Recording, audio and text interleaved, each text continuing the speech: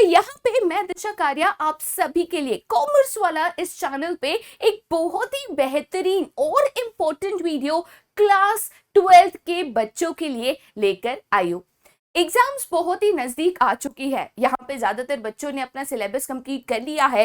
कुछ बच्चे रिवीजन कर रहे हैं, कुछ बच्चे अपने प्रोजेक्ट की तैयारी कर रहे हैं, कुछ बच्चे अपने प्रीलिम्स की तैयारी कर रहे हैं। अब जब क्लास 12 थ्योरी पेपर्स की बात आती है, थ्योरी पेपर्स में एक सबसे बड़ी दिक्कत ये होती है कि इसमें इतने बड़े बड़े लॉन्ग आंसर्स होते हैं कि उनको याद रखने में आती है हमें बड़ी दिक्कत। जी हाँ, मुझे पता है, आई फील यू। तो यहाँ पे लॉन्ग आंसर्स को याद कैसे रखे? लॉन्ग आंसर्स अगर आपको भी याद नहीं रहते तो उसको याद रखने के क्या कुछ तरीके हैं? बिल्कुल है। तो इस वीडियो में मैं आपको वही टिप्स, वही ट्रिक्स जिससे आप यहाँ पे क्लास 12 बिजनेस स्टडीज के जो लॉन्ग आंसर है बहुत ही आसानी से याद रख सकते हो, वही टिप्स और ट्रिक्स मैं इस वीडियो में आपको यहाँ पे बताने वाली हूँ। अगर लॉन्ग आंसर्स की बात करें, अगर बिजनेस स्टडीज में लॉन्ग आंसर्स की बात करें, तो लॉन्ग आंसर्स करते वक्त कुछ इंपॉर्टेंट चीजें होती है जो हमें यहाँ पे ध्यान रखना है। सबसे पहले कोई भी क्वेश्चन को अगर आप पढ़ रहे हो, कोई भी लॉन्ग आंसर को अगर आप यहाँ पे पढ़ रहे हो, जैसे कि फॉर एग्जांपल हम एक सिंपल से यहाँ पे एग्जांपल लेते हैं। लेट अस से कि हम यहाँ पे क्वेश्चन पढ़ रहे हैं 14 प्रिंसिपल्स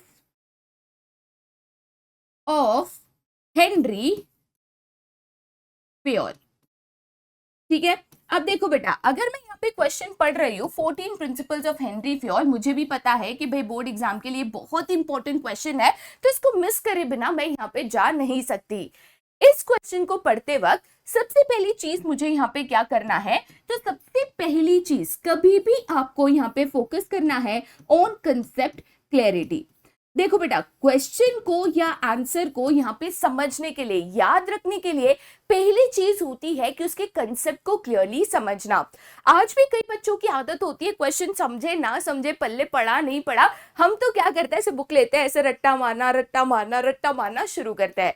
अब अगर आप रट्टा मारने की कोशिश करोगे, चीजों को ऐसे मेमोराइज करने की कोशिश करोगे, बहुत आम बात है कि आप उसको भूल जाओगे, बीच में एक आधा वर्ड भूल गए तो आगे का आप नहीं बोल पाओगे। जैसे बचपन में हम ओरल्स देते थे, ठीक है, तो हमें ना रट्टा मारते थे। अब रट्टा मारते थे तो क्या होता था, बीच में अगर एक वर्ड भी भूल गए ना तो बस गाड़ी रुक गई। ठीक है, फिर सामने वाला बोलेगा फॉर द, हाँ फॉर द मिनिस्टर, हाँ, फिर चालू हो गए वापस तुम।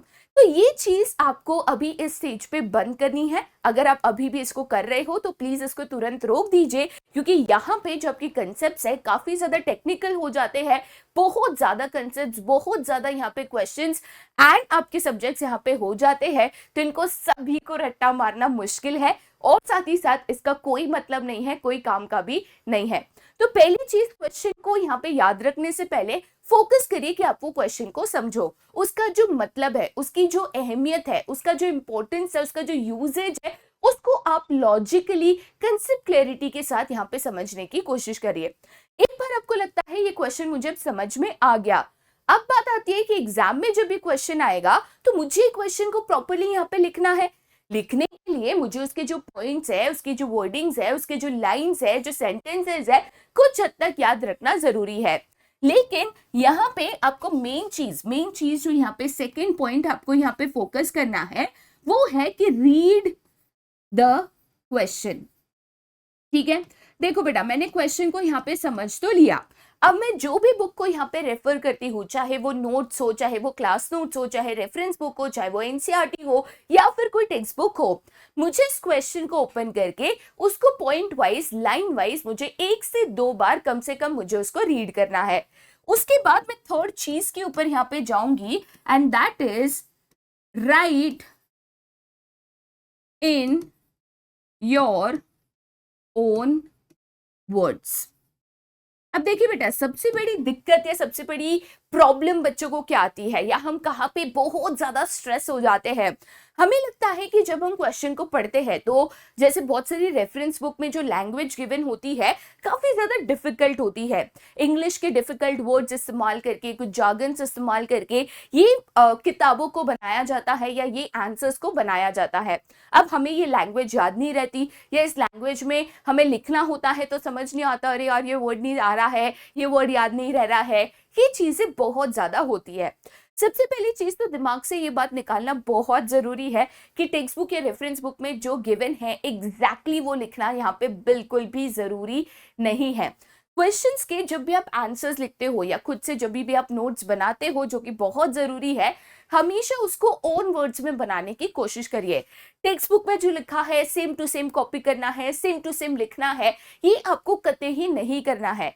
आपको खुद की सेंटेंसेस फॉर्म करके खुद के लैंग्वेज में सेम क्वेश्चन का एक्सप्लेनेशन लिखने की कोशिश करनी है। हाँ, मैं मानती हूँ कुछ बच्चों की जिनकी इंग्लिश स्ट्रांग नहीं है उनको ये दिक्कतें आती है, बट अगर आप प्रैक्टिस करते रहोगे तो जाहिर सी बात है आप भी इसको आगे जाके इजीली अटेम्प्ट कर पाओगे। तो रीड करिए, समझिए, फिर खुद के शब्दों में लिखने की कोशिश करिए। खुद के शब्दों में आंसर्स लिखना आसान होता है, खुद के वर्डिंग्स में कोई भी कंसेप्ट को एक्सप्लेन करना इजियर हो जाता है। आप इसको इजीली कर पाते हो, याद भी रख पाते हो और एग्जाम में लिख भी पाते हो। तो ये चीजें बेटा आपको यहाँ पे ध्यान रखनी है।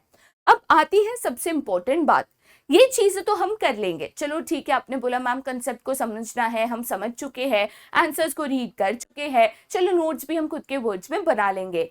अब बात आती है कि क्वेश्चन के जो हेड पॉइंट्स होते हैं, काफी बार ऐसे होता है कि चलो क्वेश्चन तो हमें समझ आ गया, तो inside content explanation of the point हम लिख देते हैं। जैसे कि for example division of work, तो मुझे पता है भाई डिवीजन ऑफ वर्क एग्जैक्टली क्या है। डिवीजन ऑफ वर्क का मतलब है काम को इक्वली बांटना है, सबको यहाँ पे काम बांट कर देना है, काम बांटते वक्त लोगों की कैपेबिलिटी देखनी है, अकॉर्डिंगली काम को डिस्ट्रीब्यूट करना है। इससे स्पेशलाइजेशन का फायदा मिलता है और एक व्यक्ति के ऊपर यहाँ पे लोड नहीं आता है। ठीक है, चलो ये कंसेप्ट मैं समझ गई, बट अब सवाल ये है कि मैम 14 प्रिंसिपल्स है, सारे 14 प्रिंसिपल्स को याद कैसे रखे। ठीक है, मुझे 14 प्रिंसिपल्स याद होंगे तब तो मैं उनका एक्सप्लेनेशन लिखूंगी ना। सही कहा। तो इसीलिए जब हम यहाँ पे बात करते हैं कि भैया जब बारी आती है मेन पॉइंट्स या तो हेड पॉइंट्स की, जब आप बात करते हो जिसको हम मेन पॉइंट्स या तो हेड पॉइंट्स कहते हैं, अब इनको मेमोराइज करने के लिए हमें एग्जैक्टली यहाँ पे क्या करना है। देखो बेटा, मेन पॉइंट्स या हेड पॉइंट्स को याद रखने के लिए कुछ चीजें हैं जो आप यहाँ पे कर सकते हो। सबसे पहले आप जो कर सकते हो that is right and practice. देखो बेटा, साइंटिफिकली प्रूवन है कि कोई भी चीज को अगर आप लिख कर प्रैक्टिस करते हो, ठीक है, सिर्फ अगर हम किताब से पढ़ते हैं ना, point number 1, point number 2, point number 3, उससे अच्छा अगर आप लिखकर उसको प्रैक्टिस करते हो तो ज्यादा याद रहता है, क्योंकि जब आप रीड एंड राइट करते हो तो आपका ब्रेन उसको और इजीली और ज्यादा अच्छे से मेमोराइज कर पाता है। दूसरी and one of the best method होता है इन चीजों को याद रखना, वो है आपके यहाँ पे शॉर्ट फॉर्म्स। क्या है? तो आपके यहाँ पे शॉर्ट फॉर्म्स, जिसको हम बहुत ही इजीली निमोनिक्स भी कहते हैं। ठीक है, बट निमोनिक्स बच्चों को समझ नहीं आता, तो आप इसको शॉर्ट फॉर्म्स भी यहाँ पे कह सकते हो। शॉर्ट फॉर्म्स की अगर बात करें तो सबसे इंपॉर्टेंट चीज ये याद रखनी है कि जितने क्वेश्चन है सभी के शॉर्ट फॉर्म्स आप नहीं बना सकते।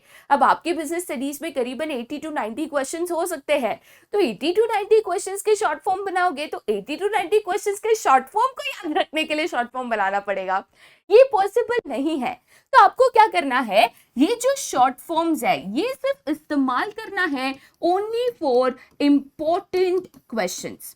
तो भाई आपको ये देखना है कि ईयर ऑन ईयर कौन से क्वेश्चन रिपीटेटिवली पूछे गए हैं। हम भी जब पढ़ाते हैं तो बता देते हैं this is a very important question. ऐसे क्वेश्चंस के आपको शॉर्ट फॉर्म्स बनाने हैं और शॉर्ट फॉर्म्स के द्वारा आप इनके जो हेड पॉइंट्स है उसको यहाँ पे याद रख सकते हो। ठीक है, अब आप बोलोगे मैम ये शॉर्ट फॉर्म्स, अरे यार ये शॉर्ट फॉर्म्स बनाएगा कौन, और शॉर्ट फॉर्म्स बनेंगे कहाँ से, मिलेंगे कहाँ से? तो why fear when I am here. तो यहाँ पे अगर शॉर्ट फॉर्म्स की बात करूँ, ठीक है, तो शॉर्ट फॉर्म्स भाई आपको बनाने नहीं है, कहीं ढूंढने जाना नहीं है। अब इसी वीडियो में यहाँ पे आपको सारे इंपॉर्टेंट क्वेश्चंस के शॉर्ट फॉर्म्स यहाँ पे मिल जाएंगे। शॉर्ट फॉर्म्स चैप्टर वाइज और पार्ट वाइज बनाया गया है। सारे शॉर्ट फॉर्म्स को आप इस वीडियो में पॉज करके अपने बुक में लिख कर आप उसका इस्तेमाल कर सकते हो। अगर आपके पास कोई और नई शॉर्ट फॉर्म्स है तो हमें नीचे कमेंट सेक्शन में भी बिल्कुल यहाँ पे बता दीजिएगा।